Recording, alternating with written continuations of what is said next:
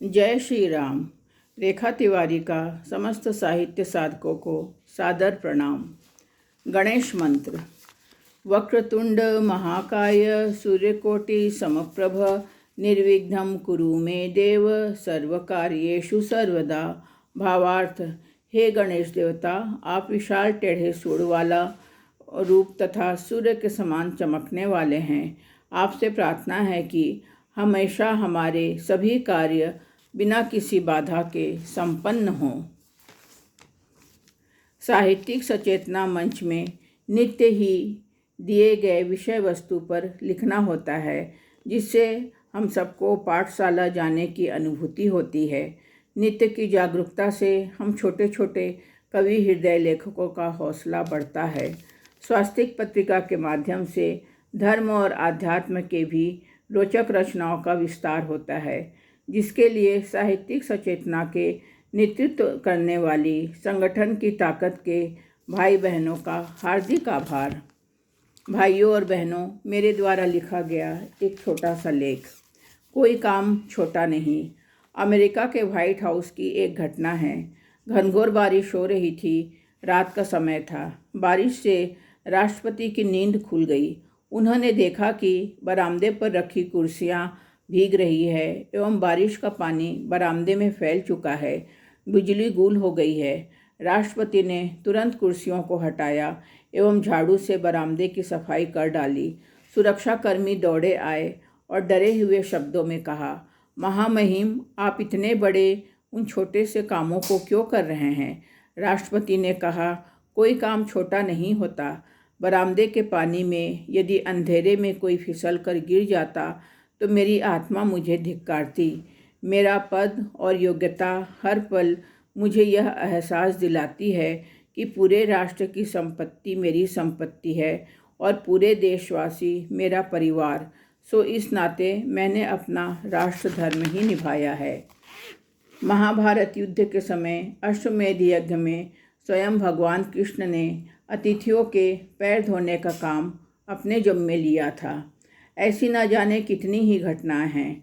टाटा बिरला जैसे बड़े बड़े उद्योगपति भी कभी शुरुआती दौर में छोटे से छोटे कार्य करके ही आगे बढ़े हैं।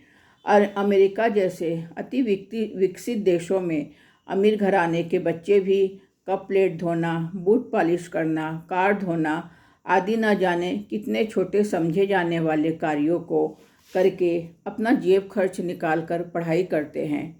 हमारे देश में भी ज्ञान दीक्षा के लिए ऋषि मुनियों के आश्रम में राजा एवं रंक दोनों के बच्चों को जाना पड़ता था, जहाँ बिना भेदभाव के व्यवस्थित दिनचर्या के साथ वे अपनी विद्या संपन्न करते थे। ऋषि परंपरा के तहत पूरे विश्व में नर रत्नों की मणिकाएं चहु दिशा में दमकती रहती थी। कार्य चाहे छोटा रहे या बड़ा, कार्य की सफलता सुघड़ता व्यक्ति के स्वभाव की धैर्य, लगन, निष्ठा, गतिशीलता, आत्मविश्वास आदि सद्गुणों की मूक व्याख्या करती है। अनगढ़ मनोवृत्ति के लोगों का कार्य आधा अधूरा अस्त व्यस्त रहता है। छोटे से छोटे कार्य को अपना कर्तव्य समझकर करने की भावना एवं मेहनत दोनों का सम्मिलित प्रयास व्यक्ति को उसके लक्ष्य तक अवश्य पहुंचाता है। किसी भी छोटे अथवा बड़े कार्य को कल पर टरकाने की प्रवृत्ति व्यक्ति में आलस्य जैसे मनोरोग को जन्म देती है। आलसी व्यक्तियों के सपने कभी पूरे नहीं होते। जीवन किसी प्रकार घसीटते हुए आगे बढ़ता है। वहीं परिश्रमी व्यक्ति छोटे से छोटे कार्य, छोटे बड़े कठिन सभी कार्यों को बड़ी कुशलता से पूरी करके शेष बचत समय में विभिन्न मनोरंजन कर स्वयं भी खुश और परिवार को भी खुश रखते हैं। परिवार की सुख शांति पूर्वक रखते हैं। उनके बच्चे सांस्कारिक एवं मेहनती बनते हैं। इसलिए हमें चाहिए कि किसी भी कार्य को ईश्वर का कर्तव्य समझकर करें, न कि कार्य के छोटे बड़े पैमाने बनाकर इसका विभाजन करें।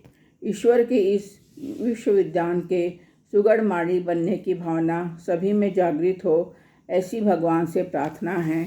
सादर आभार। भाइयों और बहनों, आप सबसे अनुरोध है कि हमारी इस साहित्यिक यात्रा में आप सभी हमें सब्सक्राइब जरूर करें और लाइक्स के बटन दबाकर हम सबका मनोबल बढ़ाए। आप सबकी यात्रा, साहित्यिक यात्रा भी हम सबके साथ चलती रहे, ऐसी ईश्वर से प्रार्थना है। सादर आभार।